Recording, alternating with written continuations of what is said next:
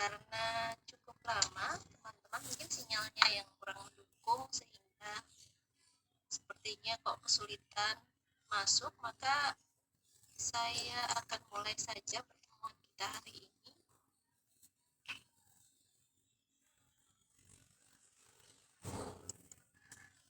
Saya coba record.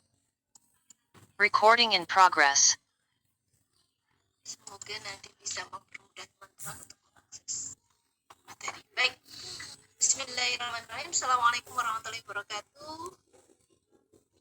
Waalaikumsalam, Bu.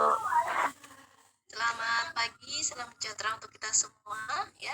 Sambil nanti kita tetap tunggu teman-teman yang mau masuk. Kita akan langsung mulai saja materi pada kesempatan pagi hari ini. Kita masuk pada materi tentang imunisasi. Dulu pada waktu kita preview terkait perubahan dan adaptasi pada bayi baru lahir, saya pernah memberikan tugas tentang jadwal imunisasi. Ya, masih ingat begitu? Nah, kali ini kita akan membahas materinya.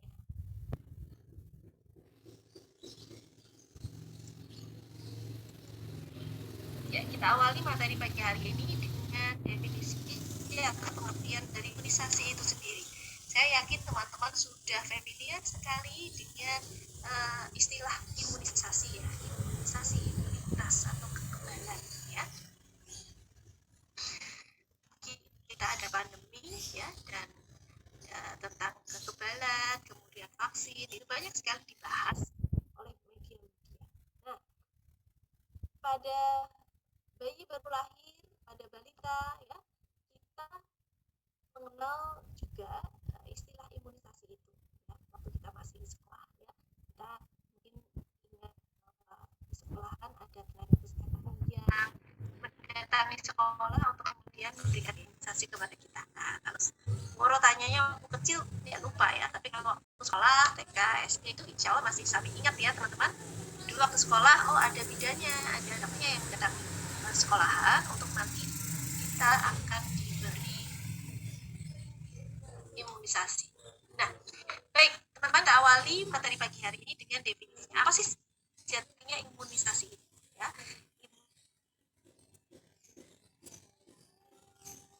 Kata imunisasi ini adalah cara untuk meningkatkan kekebalan seseorang ya, sehingga kekebalan tersebut bisa aktif terhadap antigen yang mungkin saja masuk, sehingga suatu saat nanti saat dia terpajan atau terkena atau terpapar ya, antigen yang serupa, maka tidak menimbulkan penyakit, atau sekiranya penyakit itu muncul, maka gejala yang akan dirasai oleh yang bersangkutan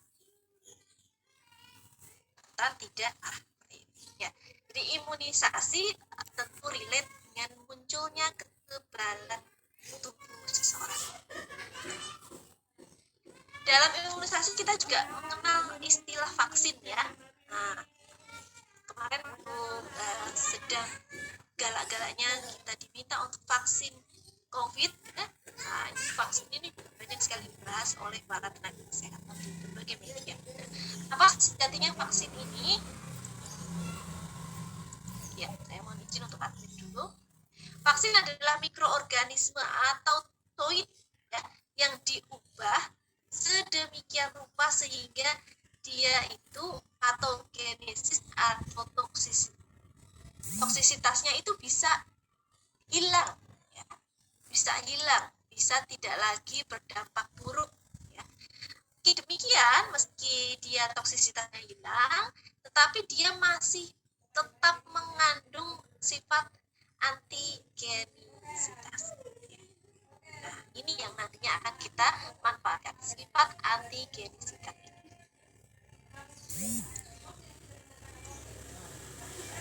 Ya. Tadi di awal pada saat kita membahas definisi, kita lihat bahwa imunisasi adalah proses di mana dia meningkatkan kekebalan tubuh klien, ya, mengakar kekebalan tubuh klien. Nah, tujuan imunisasi tentu saja tidak akan bergeser dari definisi tersebut. Ya. Dia mencegah terjadinya penyakit tertentu pada seseorang, pada klien ya, dengan menghilangkan atau bahkan tidak hanya pada seseorang, tapi menghilangkan penyakit tersebut di masyarakat. Kalau nanti harapannya itu banyak orang, banyak komunitas yang memang sudah imun, memang sudah kebal terhadap penyakit tersebut, makanya tentu penyakit tersebut hilang dari dunia. Ya. Dua orang, tiga orang, komunitas satu, kemudian masyarakat satu, masyarakat dan seterusnya. Nah, maka harapnya nanti penyakit tersebut memang sudah tidak kita lagi.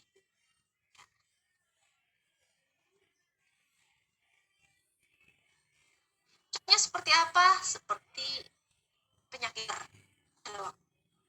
ya banyak.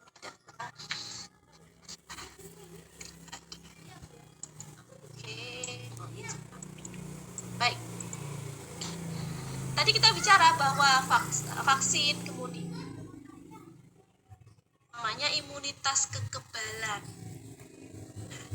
Jenis kekebalan itu sendiri kita bisa bedakan menjadi dua bagian, teman-teman. Ini dari cara kita kekebalan ini kita aktif dan kekebalan pasif ya. Mungkin teman-teman pernah mendengar juga, oh ternyata ibu menyusui bayinya itu bisa memberikan kekebalan pada si bayi. Ya, seperti itu. Kekebalan. Dari cara timbulnya tadi, jenis kekebalan ini kita kenal dengan dua kekebalan, yaitu kekebalan aktif dan kekebalan pasif. Aktif yaitu kekebalan yang dibuat oleh tubuh itu sendiri karena dia terpapar antigen. Contohnya pada imunisasi ya. Atau ya. Prosesnya dia lambat, tetapi bisa bertahan lama. Proses untuk kekebalan itu muncul itu tidak cepat, dia lambat, tapi long last-nya atau bertahannya kekebalan ini akan cukup lama. Ini dikenal dengan kekebalan aktif. Ya. Jadi kekebalan yang dibuat oleh tubuh itu sendiri. Akibat bisa karena imunisasi, bisa juga secara alamiah dia terkena penyakit tersebut. Ya. Oleh karenanya kekebalan aktif ini sendiri dibagi menjadi dua, yaitu kekebalan aktif alamiah dan kekebalan aktif buatan. Yang kekebalan aktif alamiah adalah di saat tubuh itu membuat kekebalan itu sendiri setelah atau sembuh dari penyakit. Jadi dia klien ini terpapar penyakit tersebut sehingga dia sakit.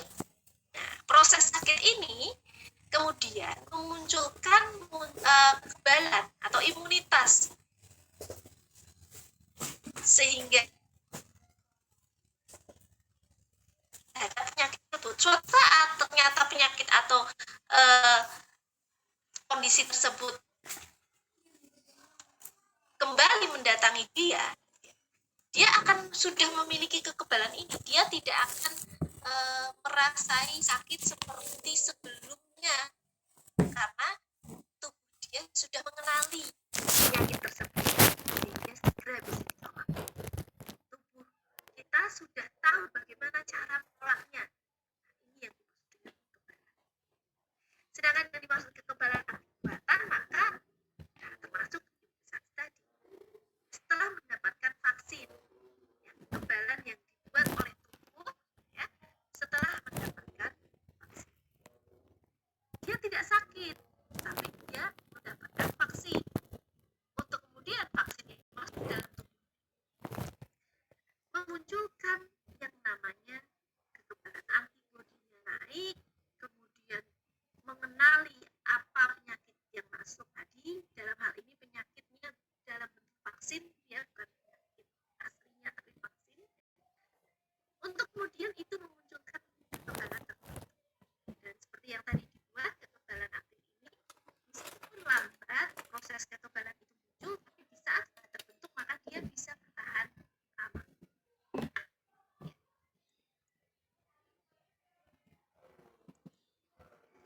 Selanjutnya kekebalan pasif. Ya, teman-teman pasti pernah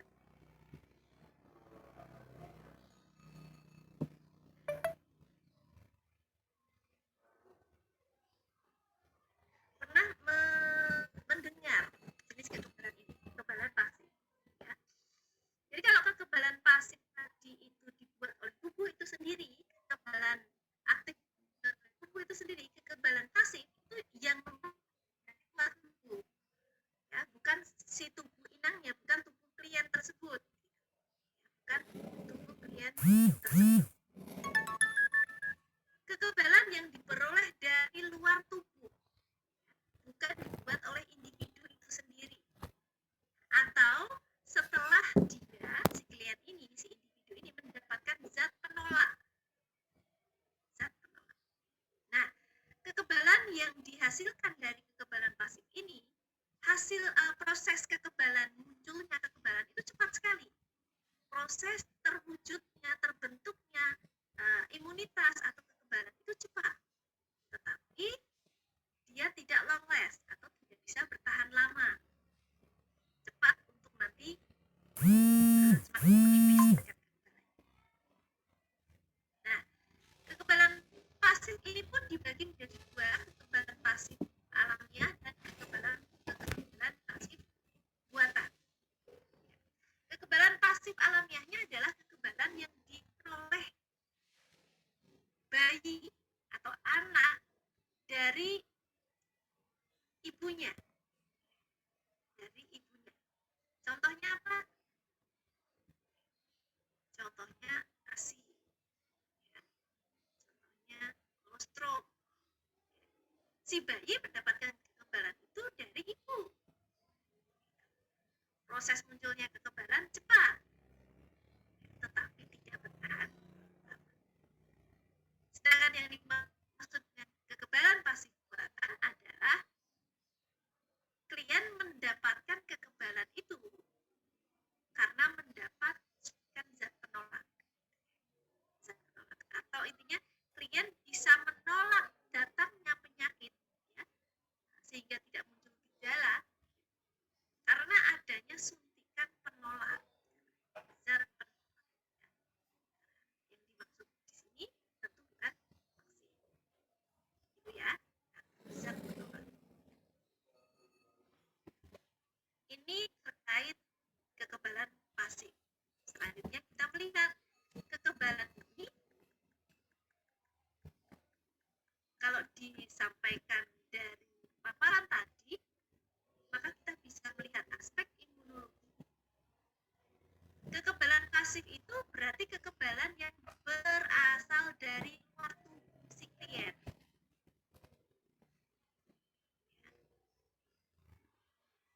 Sedangkan waktunya dia tidak lama. Kekebalan pasif munculnya cepat, tapi bertahannya tidak lama. Sedangkan kekebalan aktif ini dibuat oleh tubuh sendiri, ya, dikendusnya seperti ini. Setelah dia mendapatkan kekebalan itu, tubuh itu membentuk kekebalan itu karena kontak dengan antigen, kontak dengan si penyebab tadi, entah virusnya, entah bakterinya, apa mekanismenya, apa pada dari antigen itu. Ya.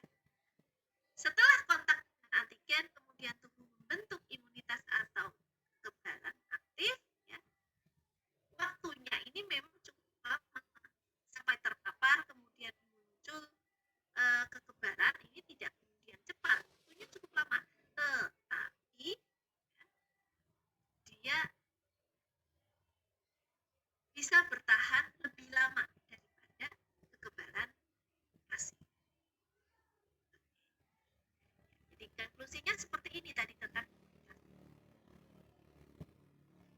selanjutnya kita akan melihat dulu terkait jenis-jenis vaksin.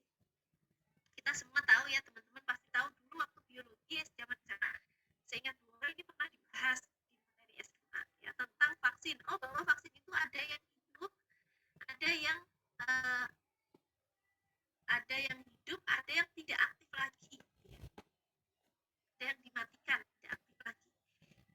hidup ya, dia juga tidak sangat aktif ya, tapi dia dilemahkan. Dia hidup tapi dilemahkan. Jadi jenis vaksin ini bisa kita lihat terkait apakah dia hidupnya dari vaksin inactivated atau vaksin yang tidak aktif, dan vaksin yang live attenuated. Ini vaksin di mana bakteri atau virusnya dia masih hidup ya, tetapi dilemahkan. Yuk kita lihat satu persatu. Kita lihat yang live vaksin hidupnya ya, yang pertama tadi ya, live attenuated. Nah, ini bacanya apa ya? Vaksin hidup ya, vaksin hidup itu bisa berasal dari virus maupun bisa berasal dari bakteri, teman-teman.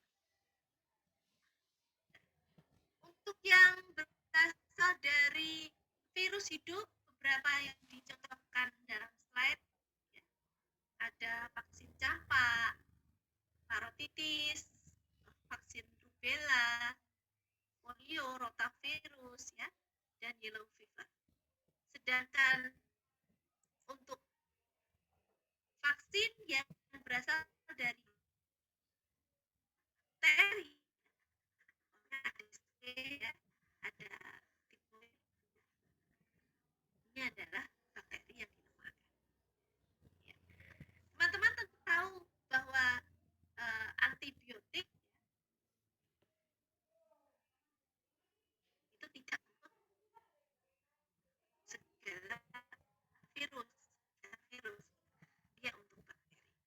Nah, karenanya dari sini selintas saya bergeser sebentar. Misalnya teman-teman itu sakit, taruhlah flu gitu ya.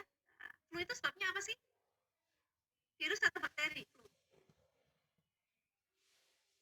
Flu virus atau bakteri? Bakteri, Bu. Flu Virus ibu. virus influenza ya. Nah, cuma yang banyak di pasaran itu kalau dia flu, dia sudah bingung cari antibiotik, padahal harusnya nggak perlu. Kalau bakteri oke, tapi kalau virus perlu diberi antibiotik harusnya. Baik, saya lanjutkan kembali pada materi imunisasi. Ini jenis vaksinnya ya, vaksin hidup. Dan yang kedua tadi ini vaksin hidup, yang kedua yang inaktif tadi, vaksin yang tidak aktif tadi. Saat ini ada 5, ini Lyme disease ya, kurang nanti saya berhenti dulu. Hapus kayaknya. Vaksin inactivated ini berasal dari seluruh sel virus yang memang sudah tidak aktif, ya, tidak diaktifkan. Influenza ya, flu tadi, virus ya, polio, rabies, hepatitis A. Ya. Ini ada sel virus yang inactivated. Kalau di sini mungkin virus influenza ya tidak banyak dipakai ya, karena kita tropis. Tapi di saat teman-teman kemudian bepergian ke Eropa, maka ini menjadi sangat penting di sana ya, karena flu di Eropa apalagi saat musim dingin bahkan membunuh orang ya, bisa meningkatkan mortalitas dan mortalitas. Baik, yang kedua berasal dari seluruh bakteri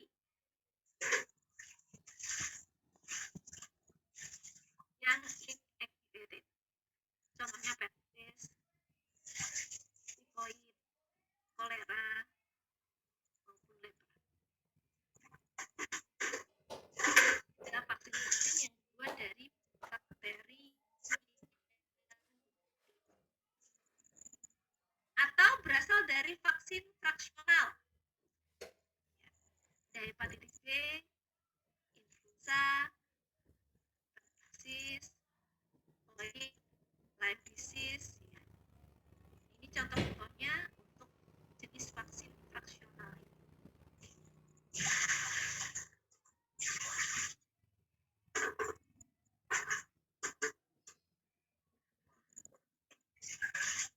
Yang keempat, dari toksoid. Toksoid itu apa sih? Toksoid itu toksit.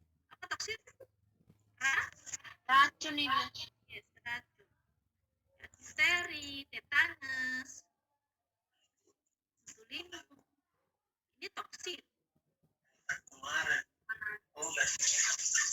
Vaksin berasal dari polisakarida murni. Meningococcus, Haemophilus influenza type B, dan terakhir virus yang berasal dari gabungan polisakarida. Dengan vaksin influenza saja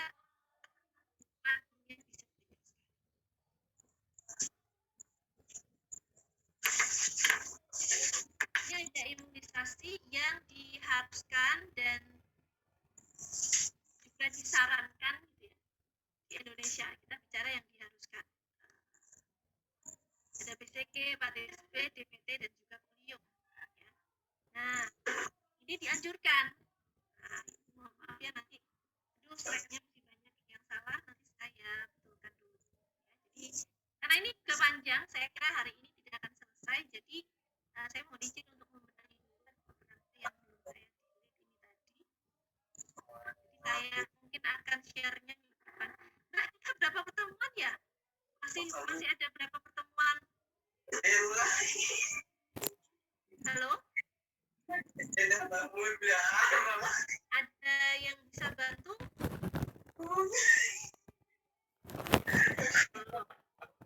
Jadi saya nanti bisa memperkirakan materi yang belum. Saya masih punya berapa pertemuan? Saya lupa. Kita berapa? Halo? Hari ini udah 11 kali pertemuan, Bu.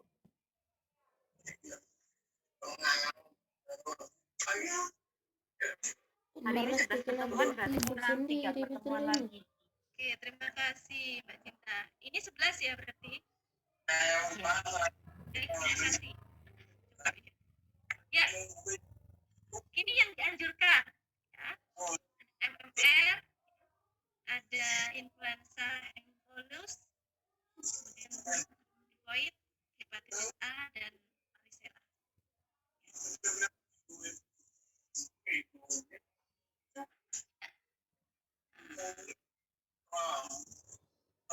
Baik, saya minta tolong teman-teman tulis di chat ya. Nah, ini game kayak kemarin sebelum saya ulas per vaksinnya, ya, per imunisasinya.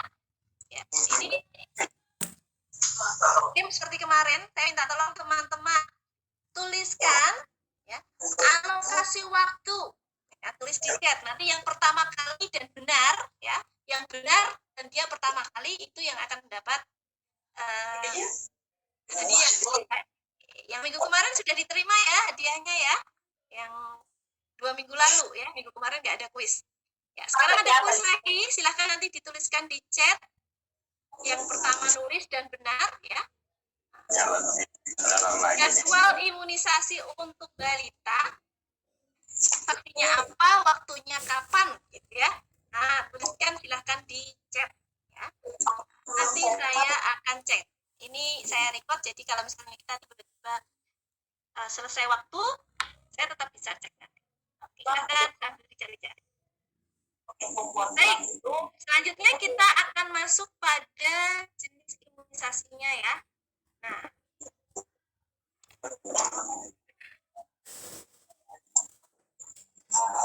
yang pertama BCG. Nah, BCG itu penyakit apa sih?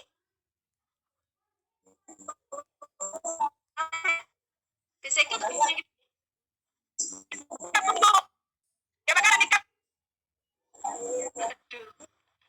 Nanti dituliskan itu ya, jadi semakin lengkap ya di chatnya. BCG untuk apa, kapan, seperti itu. Ya, silakan. Ini BCG. Kalau di Marati. Oke, saya mute semua aja. Terima kasih. Ya, mohon izin saya mute semua ya.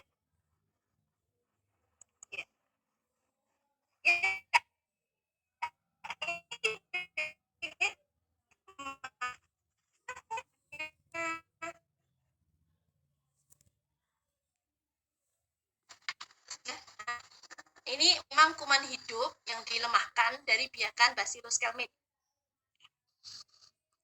Dosisnya yang dari 1 tahun hanya 0,05 ya. Sedikit sekali 0,05 ya. Oke. Satu ampulnya dia akan dilarutkan dengan sodium klorid. Jadi kalau teman-teman besok berkesempatan untuk imunisasi BCG ya, ampulnya itu nanti akan diberi cairan dulu sodium klorid. Segera dipakai dalam waktu ya. Cara dan tempat injeksinya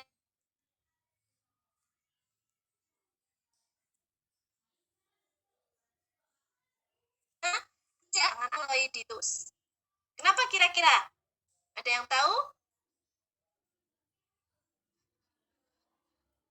Ada yang tahu kenapa? IC sangat superficial dengan diameter lepuh. Masih ingat ya cara-cara injeksi ya? Atau ada mungkin yang sudah pernah injeksi BCG? Siapa? Raise hand yang punya pengalaman injeksi BCG. Mbak Cinta mungkin?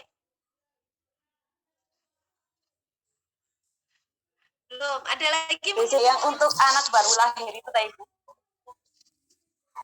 Jangan disebutkan, itu jadi poin ini. Pernah ya? Yang saya tanyakan saya yang dijawab. Pernah injeksi BCG? Pernah Ya, kenapa? mengantar. Oh, mengantar saja. Ya. Oke, pertanyaannya adalah kenapa BCG itu IC? Di muskus itu. Kenapa IC, teman-teman? Di muskus deltoid. Oke, nanti yang punya jawaban bisa dicek juga. Ini saya record, jadi nanti saya bisa cek ya. Saya nanti ada beberapa hadiah ya, tapi nanti saya tentukan saja di belakang ya. Saya lanjut dulu materi. Saya tinggal punya waktu 4 menit. Baik, intinya seperti itu dulu ya. Cara dan tempat insersi untuk BCG adalah hanya 0,05 ya untuk yang kurang dari 1 tahun dan IC. Yang lupa IC itu seperti apa nanti ya, buka lagi. Oke. Ya, tugas mumpung saya ingat nanti cari ya. Cari di YouTube pemberian imunisasi untuk BCG. Teman-teman semua cari. Ya. Nanti dikirim Woro, nanti saya tulis aja deh. Saya tulis di saya tulis tugasnya nanti di classroom ya. Nanti yang dikirim linknya saja, tapi teman-teman harus pernah lihat gitu. Ya, jadi biar saya kan nggak tahu ini teman-teman, jangan ada yang lupa IC itu seperti apa. Baik, mudah dilakukan ya, ulkus terbentuk ya, tapi tidak sampai mengganggu struktur otot. Tanda baku, jadi memang mesti muncul ya ulkusnya, mesti muncul lepuhannya ya. Jadi BCG itu kelihatan berhasil kalau lepuhannya, bekas lepuhannya muncul. Atau lepuhan itu apa ya bahasa teman-teman ya?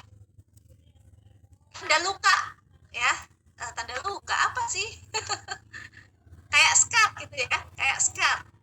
Nah, ini muncul nanti. Reaksi pasca injeksinya bagaimana? Ya. Indurasi dan eritema timbul 2 sampai 6 minggu. Mungkin timbul.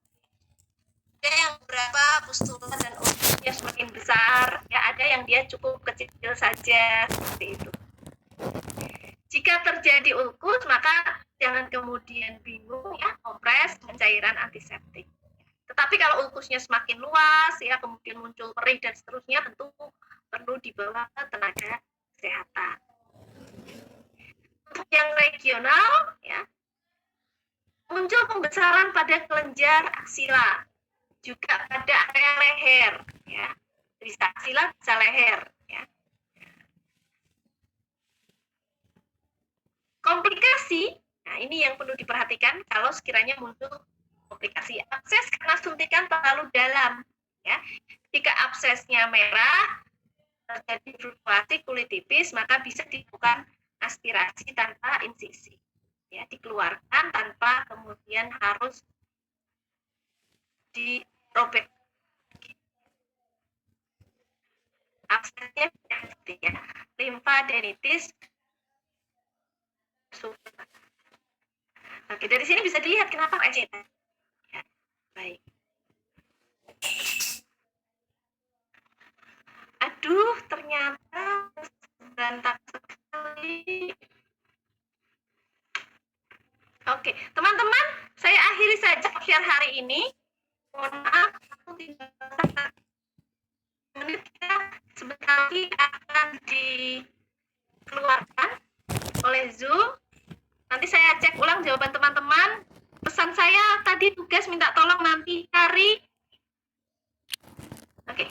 contoh